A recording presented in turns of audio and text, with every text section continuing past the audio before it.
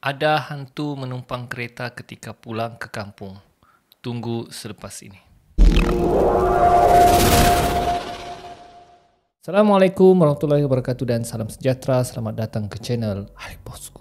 Baiklah, channel ini banyak menyediakan video-video yang menarik. Jadi jangan lupa untuk subscribe dan tekan butang loceng untuk update video-video yang terbaru. Jadi guys, video kali ini saya ingin kongsikan satu kisah sebuah keluarga. Mereka ni hendak pulang ke kampung lah, ya, sebab cuti. Okay. Jadi mereka bercadang lah, dia dan suami dia, isteri dan suami ni bercadang untuk pulang ke kampung. Namun mereka pulang ke kampung agak lewat sedikit disebabkan suami dia ada kerja yang perlu diselesaikan di pejabat. So dia pulang selepas maghrib. So selepas maghrib barulah mereka bertolak dari rumah ke kampung mereka, dan kampung mereka tu agak jauh, mengambil masa hingga 4 jam hingga 5 jam.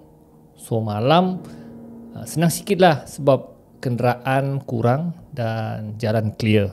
Jadi cepat sikit sampailah. So dalam perjalanan, dia keluarga tu ada suaminya, isteri dan anaknya. Jadi dalam perjalanan mereka banyak barang lah dalam bonet kereta. So mereka pun bertolak sekitar jam 8 malam gitu. Jadi ketika mereka berjalan, dalam perjalanan, si suami baru perasan yang keretanya minyak kurang. Minyak nak habis. So suami dia bercadang untuk singgah sebentar di stesen minyak yang berhampiran. Dan kebetulan anak lelakinya nak terkencing. Nak terkencing. Mak, nak terkencing lah mak, nak terkencing lah mak. Anak dia mengadu. Ajar dia pun cakap, suami dia cakap, sabar ya, kita cari stesen minyak yang berhampiran, barulah kau pergi buang air kecil. Jadi agak jauh juga, ya, memang perjalanan mereka tu memang agak jauh, sunyi, tidak ada kereta melainkan kereta mereka saja. Ada pun 1-2 kereta begitu. So mereka cari stesen minyak yang paling terdekat, dan anaknya memang sudah macam yang sudah tidak tahan lah, tahap gaban sudah tidak tahan. Mana terkencing dah, mama nak terkencing dah. Sabar, kita tengah cari ni stesen minyak yang paling hampir ni. Jadi si suami ni lajukan lagi lah kenderaan dia untuk sampai ke next station minyak yang seterusnya. Dan akhirnya mereka jumpa juga stesen minyak yang adalah yang berdekatan, dan stesen minyak tu memang terpencil di kawasan yang terpencil. So si suami ni pun singgahlah sebentar untuk isi minyak, dan si ibunya, isterinya, bawa anaknya pergi ke tandas dengan cepatlah sebab anak dia macam dah tak tahan betul-betul bawa. Dan tandas stesen minyak tu di belakang stesen minyak itu, dan memang kawasannya agak gelap, lampu mungkin rosak kali, dan memang agak sunyi. Dan ketika itu hanya mereka saja yang isi minyak. Jadi si isteri ni pun, maknya ni pun bawalah pergi ke tandas di belakang stesen minyak tu, dan memang suasana masa tu sunyi, ya, dan menyeramkan. Jadi si isteri ni tidak selesa dengan keadaan tersebut dan menyuruh anaknya agar segerakan buang hajat tu, kencing. Pergi masuk cepat sikit dia cakap. Jadi mak dia tunggu di luar tandas lah, dan keadaan di belakang tandas tu depan ada pokok besar, dan mak dia rasa seperti ada benda yang memerhati dia. Mak dia, bulu roma dah kembang ni, dia cakap. Dia suruh anak, cepat anak. Sabar mak. Anak dia. Dan tidak lama kemudian anak dia keluar dari tandas, dan dia segera capai tangan anak dia dan bawa lari, cepat. Dan si isteri ni dia langkah laju lah. Dia tarik tangan anaknya, dia langkah laju. Bob dia macam merasa tidak selesa, seperti ada benda yang sedang memerhati, dan bulu romanya ketika itu kembang. Dan bila dia nak segera sampai ke kereta, tiba-tiba di telinganya dia terdengar satu macam suara yang begitu. Dia si isteri terkejut dan menoleh. menoleh ke sebelah kanan, tengok suara siapa, tapi tidak ada, ya. Dan menyebabkan si isteri ni, si mak ni berdebar. Dia cakap, oh memang ada benda ni, cepat nak. Dia cakap, dia tarik tangan anaknya laju-laju. Tiba-tiba dia terasa bahunya dicuit itu, cuit. Lagilah si isteri, Allahu Akbar. Dan dia lihat ada nampak satu kelibat perempuan dari jauh, ya, berbaju putih, rambut panjang, sedang berjalan menuju ke tandas. Dan dia pelik, bila pula ada perempuan tu di situ, dia cakap kan, tiba-tiba nampak, tiba-tiba ada di situ, dan jalan menuju ke tandas. Tiba-tiba bahunya dicuit lagi di sebelah. Dia terkejut, rupa-rupanya suami dia. Dia cakap, cepat masuk. Dia cakap, cepat masuk, kita nak teruskan perjalanan. Perjalanan kita ni masih jauh ni. Dia rasa lega lah. Bang, cepatlah bang, jalan bang, dia cakap. Kau kenapa ni? Cepatlah sikit, dia cakap. Kemudian dia toleh lagi untuk lihat yang perempuan yang ke tandas tadi. Dan bila dia toleh, perempuan tu tidak masuk ke tandas, tapi dia berdiri di belakang tandas tu, hanya berdiri diam, ya. Dan dia lihat nampak dari jauh lah, kepala perempuan tu menoleh, ya, melihat si isteri tersebut, ya, si mak budak tu lah, dia lihat begitu dan senyum. Dia terkejut, bang, jalan bang, cepat bang. Dan suaminya pun pelik dan jalan. Dan dia rasa macam tidak selesa lah. Dia cakap, apa benda tadi itu? Dia tengok kereta, hanya kereta mereka saja. Tengok motosikal ke kereta ke, tidak ada, hanya ada kereta mereka saja. Dan si suami pun tanya, kenapa ni? Macam ada aku nampak sesuatu je. Jadi si isteri ni tidak mau kecoh, dia diamkan diri lah. Dia buat tidak tahu, tiada lah bang, terus dia lah bang.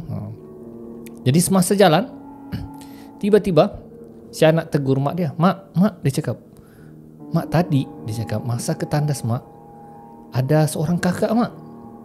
Seorang kakak? Mak dia terkejut lah. Bila pula ada orang masuk dalam tandas tu, mak dia tengok memang tidak ada orang. Jadi mak dia tanya balik lah, apa kakak tu cakap? Mak, kakak tu cantik mak, cantik. Dia pakai baju kurung putih, rambutnya panjang. Mak ya dah rasa macam, anak ni buat hal lah pula, dia cakap. Lepas tu apa kakak tu cakap? Kakak tu tanya ke saya mak, dia cakap dia nak tumpang kereta. Dia nak tumpang, jadi apa kau cakap? Saya cakap lah mak, kalau nak tumpang tak boleh kak, sebab kereta saya penuh dengan barang. Tapi kakak tu nak juga, dia cakap, boleh lah dek, kakak nak tumpang juga. Muka dia, mak dia macam yang, jadi apa kau cakap lagi? Saya cakap lah, kalau kakak nak tumpang juga, tanyalah mak saya, tanyalah ayah saya, mungkin kau boleh tumpang. Dan kakak tu hanya senyum, dia cakap, dan anaknya baru keluar. Jadi mak dia terlintas di pikiran tadi, mungkin yang perempuan tadi yang dimaksudkan oleh anaknya tadi. Sudah. Nasib baik kalau kau tak suruh tumpang. Ayah dia, suami dia hanya mendiamkan diri, fokus madu ke depan. Dan ayah dia seperti sudah tidak selesa dengan cerita anaknya tadi. Tiba-tiba guys, ada bunyi ada benda seperti jatuh di atas kereta mereka. Boom, begitu. Suaminya macam teralih sedikit. Bang, bunyi apa tu bang? Shh, diam. Jangan tegur. Fokus ke depan. Mereka seperti sudah tidak rasa selesa, seperti ada yang menumpang di atas kereta mereka. Dan tiba-tiba kereta mereka menjadi rasa berat, dan seperti susah untuk berjalan. Dan suaminya bila tekan minyak, enjin sampai berdengung, tapi kereta mereka semakin lama semakin perlahan. Dan si isteri dia, bang, apa tu bang, kenapa kereta kita jadi berat bang? Shh, diam. Anak dia sudah mulai, mak, apa tu mak, apa di atas kereta tu mak, dia cakap. Suami dia, ya Allah, dia cakap, Astagfirullahalazim. Suami dia tekan minyak kuat-kuat, tapi kereta dia tetap perlahan begitu. Dan kiri kanan tidak ada kereta, hanya ada kereta mereka saja. Dan si suami, dia suruh semua tiga-tiga mereka azan sekuat-kuatnya. Jadi mereka pun tiga-tiga azan sekuat-kuatnya. Allahu Akbar, Allahu Akbar. Kereta mereka seperti bergoyang. Bang, anak dia menangis. Dan suami dia teruskan azan sampai habis. Kereta mereka seperti bergegar dan makin berat, ya.